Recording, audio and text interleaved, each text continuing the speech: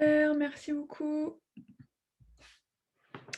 Donc, je vous remercie toutes et tous d'être là ce soir pour que je vous fasse cette présentation de l'introduction à l'histoire de l'écriture persane.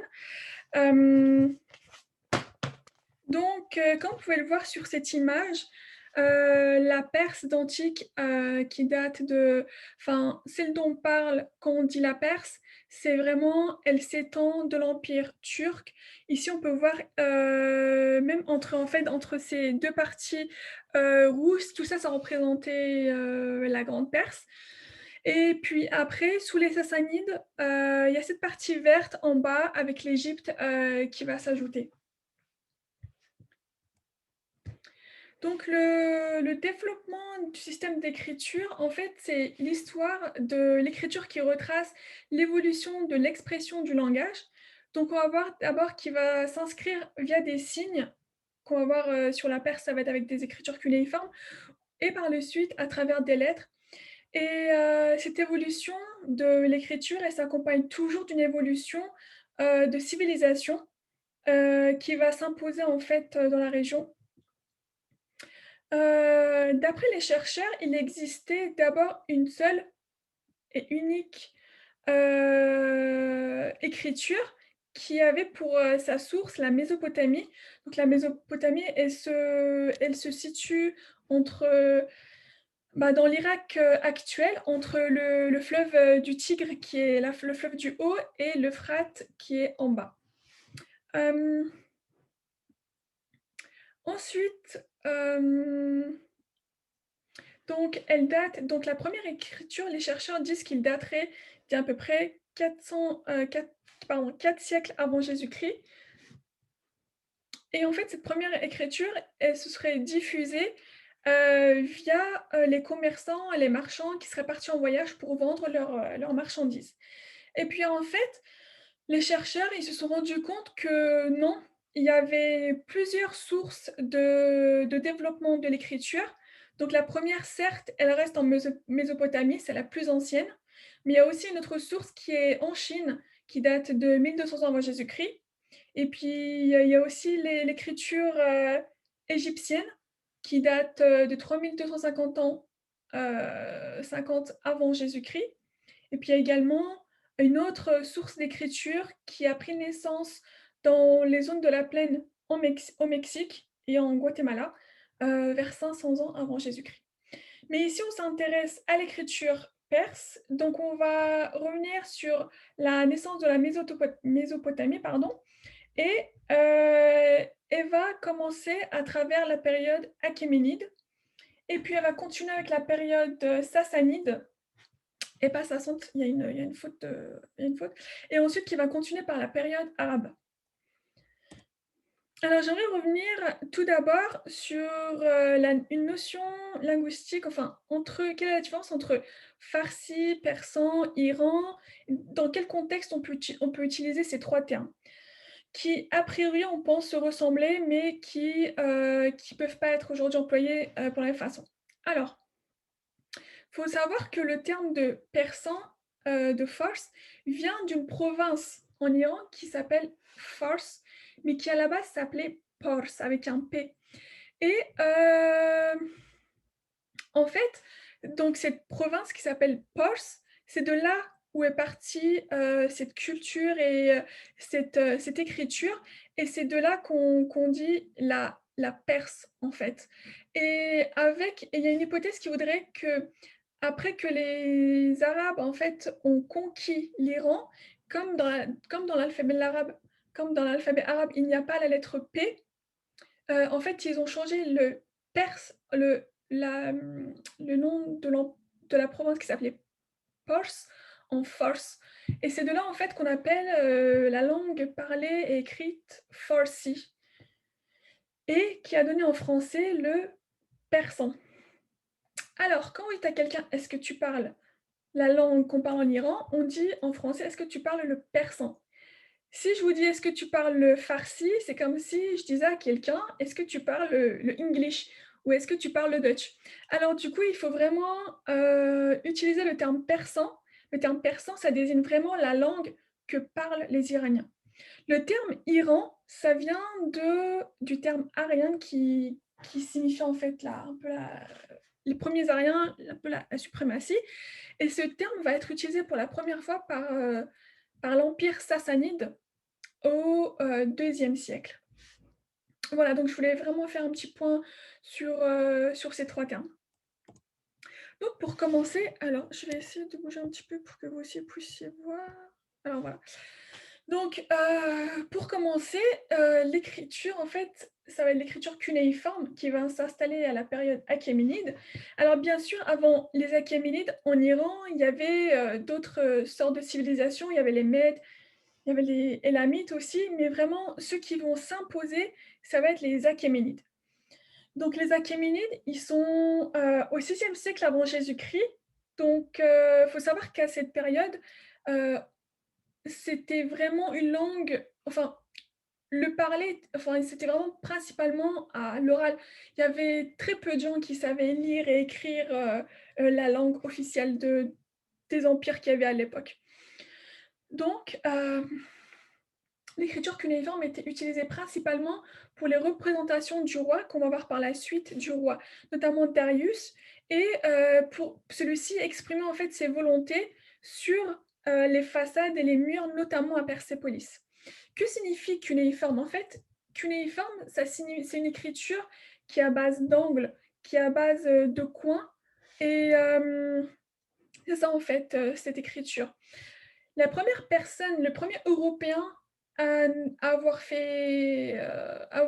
dit en Europe, voilà, que dans la Perse, il y avait une autre style d'écriture qui était utilisé dans les premiers temps.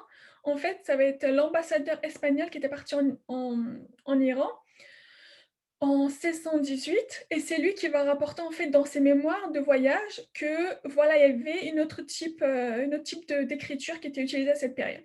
Mais il ne sait pas comment appeler cette écriture. Et ça va être un autre chercheur qui s'appelle Engelbert Kampfer. C'est un Allemand qui en 1712 va vraiment nommer cette écriture et va l'appeler cunéiforme. Donc la période achéménide, elle va principalement avoir pour base donc Persépolis, c'est là qu'ils sont installés, donc dans la province de Fars. Cette écriture, c'était vraiment l'écriture du roi, comme je vous l'avais dit, et on va appeler aussi cette écriture le vieux perse. Euh, Par contre, à cette époque, c'était pas uniquement l'écriture du vieux perse qui était installée.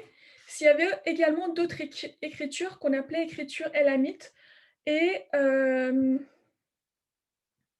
et l'araméen aussi.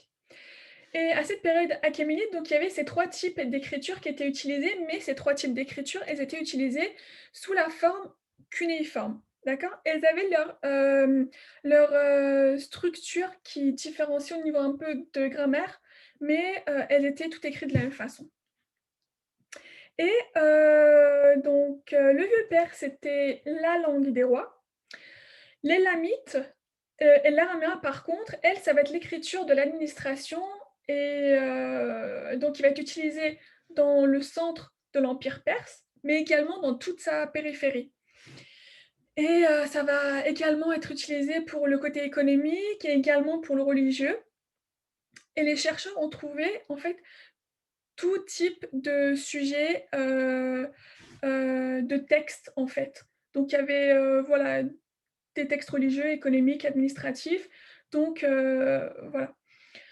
Il y avait également d'autres langues comme le néo-élamite qui avait pour origine le roi Cyrus, c'est lui qui l'a inventé. Par contre, c'est pas resté très très longtemps. C'est vraiment l'écriture, le vieux perse qui l'a remporté sur au niveau de la longueur, si on veut parler au niveau du temps. Euh, et c'est le premier à avoir constaté qu'il y avait trois types d'écriture. C'est le savant danois Karsten de Niembur, voilà, qui a constaté que, par exemple, ici, sur cette façade, il y avait trois types d'écriture. On va voir comment elles se composent.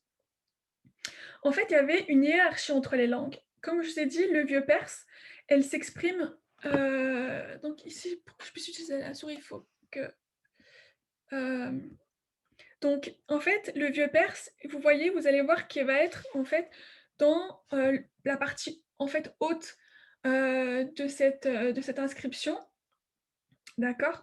Et puis ensuite, l'élamite, elle va être ici dans toute cette partie du milieu. Et puis aussi, la troisième écriture qui était utilisée à l'époque, c'était le babylonien et en fait, on voit que dans toute cette partie, en fait, du bas, elle est utilisée. Donc en fait, il y a une sorte de hiérarchie entre les écritures et en fait, ça montre la dominance d'une type d'écriture sur l'autre et et il faut savoir qu'en fait, l'écriture cunéiforme, elle va se lire de droite à gauche, ça va être marrant, enfin, je trouve ça un peu marrant, parce on aurait tendance à lire peut-être de gauche vers la droite, mais non, l'écriture, cunéiforme, en fait, elle va se lire de la droite vers la gauche et comme je vous l'ai dit, il y a des variantes, en fait, au niveau de la grammaire. Donc ici, cette image-là, en fait, en fait, elle est sur, le tombeau de Darius à Narché-Rostam, donc à Persépolis. Donc ça, c'est vraiment ce qu'on appelle le vieux perse. C'est à base d'écriture cunéiforme et on dit que c'est, une création de la Perse parce que même s'il y avait d'autres types d'écriture à l'époque qui se développent, c'est une création qui est vraiment typiquement perse de l'empire achéménide et se développe, peut-être en même temps que l'écriture, des Mèdes et de l'araméen, mais elle est vraiment unique. Elle a sa propre grammaire et son propre style et elle se définit, voilà, par elle-même. Donc ça, c'était vraiment le vieux perse. Ensuite, on a, l'écriture Pahlavi, qu'on va appeler le moyen perse. Donc elle va venir et succéder, l'écriture, achéménide cunéiforme, tout simplement, en fait, parce qu'elle va être en fait, l'écriture cunéiforme, elle va être trop difficile à utiliser au quotidien. Donc je repasse encore à nouveau avec la souris parce qu'en fait, c'est sur cette pièce de monnaie, en fait, on voit l'écriture, en fait, elle est ici, elle est sur le côté, en fait. Donc il y a un changement, il y a une sorte de fluidité, sur les lettres et le terme de Pahlavi, en fait, c'est un emprunt au parthes, c'est-à-dire que, le, donc les Sassanides, en fait, ils vont succéder, aux Parthes, qui ont succédé aux Achéménides, mais par contre, les Parthes, ils sont pas restés longtemps. C'est pour ça que historiquement, en fait, on va pas trop en parler parce qu'ils sont voilà, ils sont pas restés longtemps. Mais le moyen perse, il est appelé Pehlevi, parce que ça vient des Parthes. Et donc c'est sous l'empire, arsacide, c'est un empire qui va naître après les Achéménides, donc 200 à 247 ans à 247 avant Jésus-Christ. Donc en fait, c'est là pour la première fois qu'elle va apparaître.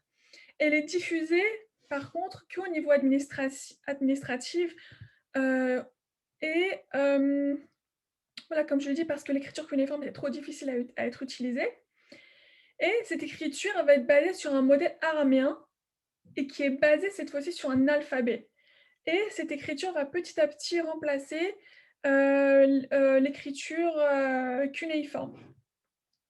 On va voir que cette écriture va se diviser en 2 grandes catégories et qu'elle va utiliser, les écrit en fait, elle va mettre par écrit l'écriture, des textes sacrés que les Zoroastriens vont utiliser jusqu'au Xe siècle. Donc les Zoroastriens, jusqu'au Xe siècle, ils vont savoir lire le moyen perse. Donc le moyen perse, en fait, elle est comme ça, elle est plus en forme du tout, d'écriture cunéiforme. Donc il y a 2 types d'écriture, donc l'écriture Pehlevi, arsacide, qui servait pour les inscriptions aussi à l'époque murale et c'était vraiment que les on va dire qui se faisait vraiment que dans la cour des rois sassanides et s'écrivait vraiment, avec des lettres, séparées et deuxièmement, c'était le Pahlavi sassanide, qui va écrire le moyen perse. Par contre, la langue Pahlavi sassanide, elle est difficile parce que, par exemple, il y a un mot qui va s'écrire de façon Bosra, par exemple, imaginons avec nos lettres à nous B-O-S-R-A, mais par contre, ce mot-là, bah, il faudra le lire en gousht. Donc c'est un peu bizarre d'ailleurs pour nous, mais voilà, elle avait cette complexité et c'est une langue, qui était très difficile même pour eux. Et donc cette langue, elle va mettre en avant, l'écriture de la religion des zoroastriens, donc elle va mettre par écrit l'Avesta. Donc les zoroastriens, ça va être vraiment la langue, des Sassanides et en fait, cet alphabet est beaucoup plus précis que le Pahlavi, arsacide. Elle comprend 37 consonnes et 16 voyelles et elle va permettre de mettre beaucoup plus de sons, pour exprimer ce qu'il y a dans la religion, zoroastrienne et voilà, comme je vous l'ai dit, en fait, c'est les Sassanides qui vont utiliser pour la première fois le terme, d'arien et ça donnera le nom du pays, actuel qui est l'Iran. Voilà. L'empire sassanide, c'est un empire, pardon, qui va rester très longtemps au pouvoir, entre 224 et 651 de notre ère et il a succédé, au parti et en fait, ça va établir les Iraniens. Donc les Sassanides, en fait, ils ont établi les Iraniens en tant que superpuissance de l'Antiquité tardive, comme l'étaient l'Empire romain et l'Empire byzantin. Donc le premier à avoir fondé cet empire s'appelait Ardashir Ier et le dernier en fait qui va être en fait l'empire et qui va tomber. En fait, il s'appelait Yazdégar III, qui lui a vécu donc de 632 à 651 et qui a mené une lutte vraiment acharnée pour garder son royaume, donc la grande Perse, et qui va tomber sous la progression de l'armée musulmane. Donc comme je vous l'ai montré, en fait, cette écriture, c'est vraiment la deuxième grande type d'écriture qu'il y a eu en Iran. Et cette écriture, en fait, après l'invasion arabe, après la conquête arabe, elle va laisser place euh, à l'écriture arabe sous la conquête musulmane. Donc, c'est sous l'empire musulman que va naître le persan moderne. Et c'est en fait le calife Omar, donc ça va être le deuxième calife musulman, que l'Iran en fait va tomber. Et donc quand les conquérants arabes en fait ils arrivent dans la Perse, pour eux, ils sont pas très voilà, ils se rendent compte qu'il y a une très grande diversité religieuse. Il y a des juifs, il y a des chrétiens, il y a des zoroastriens. Et du coup, il y a cette mise en place de statuts de dhimmi que vous connaissez peut-être, et de ce type d'étrangers, de ceux qui ont une religion autre que musulman. Et en fait, ils vont payer une sorte d'impôt. Et en fait, cet impôt a pour but un petit peu de convertir la population, mais ce qui se passe en Iran, c'est que les gens vont très, très lentement, en fait, se convertir. Ils vont vraiment garder leur religion parce que en fait, ils le peuvent et voilà. Et à ce qu'on pourrait, peut-être à ce qu'on pourrait, par rapport à ce qu'on pourrait penser, en fait, du coup, les Iraniens, en fait, ils se convertissent à l'obéissance sunnite et c'est vraiment par la suite, sous les, Safavides, que l'Iran, en fait, va devenir chiite. Mais bref, là, c'est vraiment un point de civilisation et ça rentre pas dans l'histoire de l'écriture.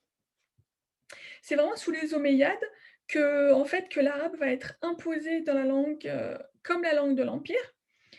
Et Mais par contre, le moyen perse, à cette époque, et avec la force du zoroastrisme, en fait, elle va montrer une certaine résistance et surtout au début, ça va passer par l'administration, en fait. Et en fait, les Perses vont réussir à garder une structure de la langue persane, ainsi que le vocabulaire. Et c'est comme ça, en fait, ça qu'il va y avoir la naissance de l'écriture persane telle que nous la connaissons aujourd'hui. Donc ici, en fait, il y a une image du Coran, pardon, du Coran qui est écrit au XIVe siècle. Sur l'image précédente, d'ailleurs, on peut voir que même l'écriture arabe, à l'époque, en fait, il y avait pas les points dessus. D'accord, les points, ils sont vraiment même dans l'écriture arabe, c'est quelque chose qui est venu après. Voilà. Et ça, cette image-là, c'est vraiment, vous voyez que c'est, en fait, ça, c'est une page du Coran écrit en persan. Vous voyez d'ailleurs qu'il y a pas les points non plus. Pour ceux qui connaissent un peu l'écriture arabe et persan, il y a pas il manque un peu, il manque certaines un peu les points même s'il y en a qu'on peut les voir. Donc ça, c'est pour le persan moderne qui est mis en place. Et intellectuellement, il va y avoir une très, très forte, résistance. Il y a ce qu'on appelle la Chouroubia qui va s'imposer. C'est un mouvement de résistance intellectuelle qui va vraiment dominer, heu et en fait, ça va se passer principalement à travers la littérature et je sais pas, pour certains, je pense que vous connaissez l'auteur, du Xe siècle qui s'appelle Ferdowsi. Ferdowsi, il est connu, il est extrêmement connu à travers son livre, Le Livre des Rois, qui met en avant, en fait, la période sassanide et ce qui est très important dans son œuvre, c'est qu'il va utiliser que des mots d'origine persane. Il va pas du tout utiliser un terme arabe et il aura mis 20 ans pour écrire, son roman. Alors, pour vous caricaturer un petit peu, on va dire que c'est un peu l'histoire heu, d'Homère, voilà, qu'Homère a écrit, sur les dieux grecs avec son héros Ulysse, Hercule et tout ça. Bah, en fait, là, Ferdowsi va mettre en avant, l'empire sassanide et avec tous ses rois, justement pour faire une opposition intellectuelle à tout ce qui est domination, arabe et par la suite, il va y avoir, plusieurs types d'écriture qui vont se développer. Donc en haut, il y a l'écriture, koufique et sur la grande place, par exemple à Ispahan, vous pouvez voir sur les grandes mosquées qui vont entourer cette grande place, beaucoup, beaucoup de variantes entre les écritures, en fait, arabes qu'il va y avoir. Parce que les Iraniens, par la suite, ils se sont appropriés cette écriture et ils en ont fait la leur à travers, en fait, différentes calligraphies et notamment le nastalir qui va représenter cette belle calligraphie, persane. Aujourd'hui, le persan appartient à la famille des langues indo-européennes et n'est pas du tout, concerné par la langue et la grammaire, sémitique comme l'arabe et c'est la langue officielle qu'on parle en Iran et il y a aussi en Afghanistan, il y a une partie de la population qui parle le dari et en fait, le dari, c'est la langue l'ancienne langue, de la cour sassanide. Donc pour vous dire à quel point le persan aujourd'hui est une langue vraiment ancienne mais qu'on parle continuellement. Alors en Iran, la langue qu'on parle, en Iran, il y a bien sûr, alors pardon, il y a un bug. Aujourd'hui, donc en Afghanistan, on parle le dari. Il y a pas eu d'évolution dans le dari, alors que dans le persan moderne, il y a eu énormément d'évolution. Il y a eu, des emprunts, par exemple, rien que le mot merci en qui est d'origine française, enfin le mot, français merci et il est rentré dans le vocabulaire persan et aujourd'hui pour dire merci en persan, on dit tout simplement merci et voilà. Hem Je termine sur quelques vers de poésie de Ferdowsi qui va exprimer à quel point, il a travaillé sur son œuvre pour garder en vie, la langue, persane. J'ai beaucoup souffert pendant 20 ans. 20 ans, c'est vraiment la période à laquelle il a mis, le temps qu'il a mis pour écrire son livre, pour revivre l'Iran grâce au persan. Tout monument se détruit souvent à cause du soleil, à cause du vent, mais moi, Ferdowsi, j'érige un palais au poème persan, bien abrité de tout ouragan. À tout jamais, je serai vivant, je semai partout le poème persan, à travers son œuvre, bien évidemment. Donc j'avais beaucoup aimé ces quelques vers qui montrent à quel point, en fait, la résistance intellectuelle, en fait, a été forte à son époque. Et voilà, donc c'est tout. J'ai fait quelque chose de vraiment très, très court. Euh, alors, attendez. Voilà, je fais vraiment quelque chose de très, très court pour pas trop, que ça prenne du temps. Donc, je vous remercie pour votre, écoute et je suis à votre disposition si vous avez des questions ou autres. Heu, ça va? Ça s'est bien passé? Vous avez apprécié? Alors, attendez, je vais enlever votre micro. Est-ce que vous avez des questions par rapport à ce que j'ai dit ou pas?